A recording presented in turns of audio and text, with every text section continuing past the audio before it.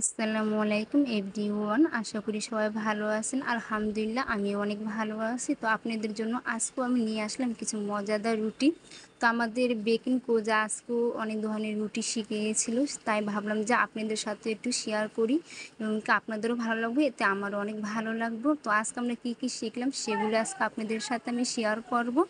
তো আমাদের কিন্তু এগুলো বিভিন্ন রকমের রুটি শেখানো হয়, আর এই রুটিটার নাম হলো ফ্রেঞ্চ ব্রেড। এটা কিন্তু বাইরের দেশে বেশি মানুষ খেয়ে থাকে। তো আমাদের দেশেও কিন্তু খায়, কিন্তু এটা কিন্তু রুটিটা খুবই উপরে শক্ত, ভিতরে নরম। এটা আবার পরবর্তী সময় কিন্তু আপনার টোস্ট বানাবে এরকমভাবে।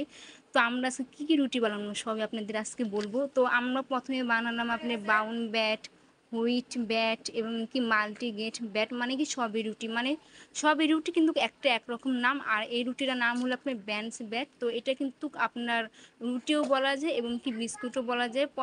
এখন কিন্তু আপনার এটাকে রুটি বলে, পরবর্তী সময় কিন্তু এটাকে বিস্কুট বানাবে। তো আমাদের ম্যাম দেখাচ্ছে যে কিভাবে কাটতে হবে, কিভাবে বানাতে হবে, কিভাবে সাজাতে হবে, সবই কিন্তু আমাদের ম্যাম শেখাতো। আমাদের ম্যাম যতগুলো রুটি ছিল সবগুলো রুটি কিন্তু এক এক করে এভাবে কেটেছিল। আরেকটা কথা হলো যে আমাদের প্রথমে ম্যামরা ডো বানায়। ডো মানে কি খামিনটা করে, মানে উপকরণগুলো সবগুলো কিভাবে তৈরি করতে সেগুলো কিন্তু শিখিয়ে দেয় এবং কি বোর্ডে লিখেও দেয়। তো পরবর্তী সময় কিন্তু আমাদের দিয়ে বানায়। তো আমরা প্রথমে ডো বানাই, আর যা যা লাগে সবগুলো মিশ্রণ কিন্তু একসাথে মেপে মেপে নিই, যেমন ময়দা, চিনি, পানি, তেল, ইস্ট এবং কি আরও যত উপকরণগুলো আছে সবগুলো কিন্তু আমরা একসাথে মিশিয়ে নেওয়ার পরে কিন্তু আস্তে আস্তে পানি দিয়ে ডো তৈরি করি। তারপরে কিন্তু তৈরি করার পরে 5 মিনিট রেখে দিই। তারপরে কিন্তু তেল দিয়ে আমরা আস্তে আস্তে মেশাতে থাকি ডোগুলা।